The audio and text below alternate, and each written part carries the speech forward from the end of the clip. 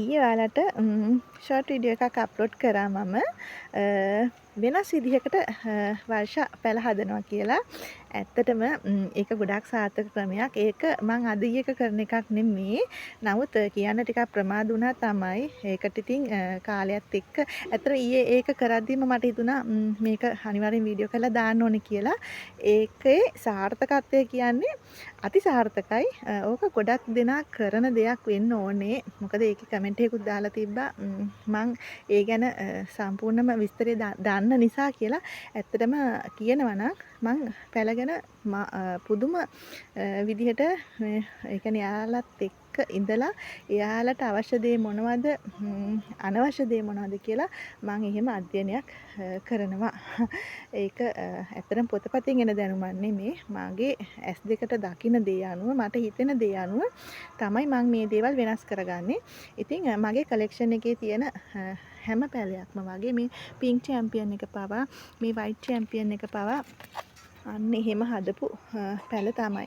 ඉතින් බලන්න යාලා එකින් එකට මල් පවා කොළ පවා උඩට එනවා. ඒ වගේම කට් මුල් පවා එකින් එකට මෙහෙම උඩට එනවා. ඇත්තට මේකේ සාර්ථකත්වයක් ලොකු සාර්ථකත්වයක් තියෙනවා. හේතුව දැන් ගොඩක් දෙනා පැල හදන්නේ යටට මමත් එහෙම තමයි හදන්නේ. ගොඩක් දුරට එහෙම හදනවා. නමුත් මේක අති සාර්ථකයි. එක විදිහට අපි අත්හදා බලනවා නේද? ඉතින් මේක අති සාර්ථකයි කියන්නේ මම කිසිම දෙයක් පොට් එකේ යටට දාන්නේ නැහැ. කෙලින්ම පැලේ මුල් ටික විහිදවලා තිබ්බා. ඊට පස්සේ මීඩියා එකෙන් කාලක් විතර දාන්නේ. ඒ කාලක් දාලා හොඳට පොට් එක හොල්ලනවා. ඒ හෙල්ලුවට පස්සේ යටට අනිවාර්යෙන් මෙයාලගේ මුල් අතරට අනිවාර්යෙන්ම මීඩියා එකෙන් යම් කිසි ප්‍රමාණයක් යනවා. හැබැයි මෙයාලට ලොකු ඒ කියන්නේ එකක් කිහිප ඒ කියන්නේ ආකාර කිහිපයකින් මෙයාලට ඒක උදව් වෙනවා මේ ගහ නිරෝගීව හැදෙන්න. හේතුව තමයි එකක් මෙයාලා හිරවීමක් වෙනවා. හිරවීමක් කියන්නේ අර අපි බලෙන් හිර කරන එක නෙමේ. අර මුල් ටික යටට තියලා උඩින් මීඩියා එක දාලා චුට්ටක් පොට් එක හෙලෙව්වම වෙන්නේ මෙයා සෙලවෙන්න බලන්නේ නැහැ. ඒක එක.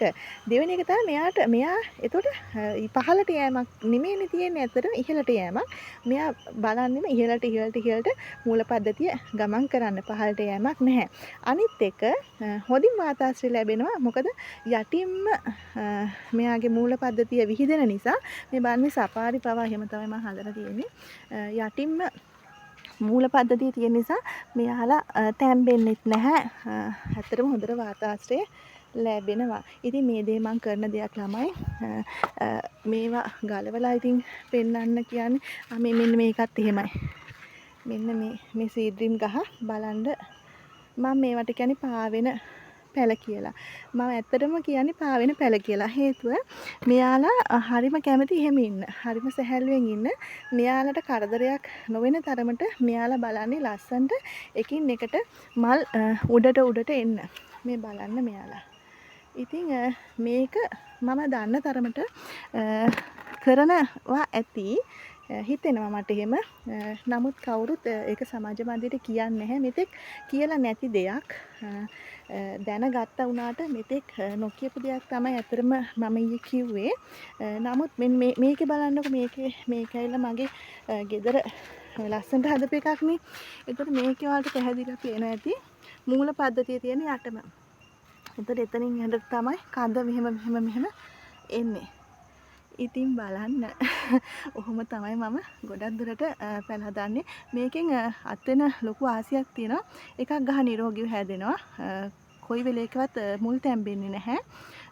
අනිත් එක තමයි ඉක්මනට කට් මුල් ගන්න පුළුවන් ඔයාලට.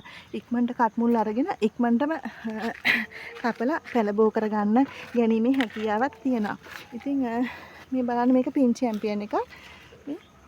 මේකුණත් බලන්න පේනවත් දන්නේ ඉරාගු වැටෙන නිසා එයාලා වුණත් උඩට ලස්සනට මල් එනවා. ඉතින් ඕක තමයි නිරෝගී පැලයක විය යුතු ලක්ෂණය නේද? මම දකින්න විදිහට ඒක තමයි. ඉතින් කරදරයක් නැතුව ගහ හැදෙනවා.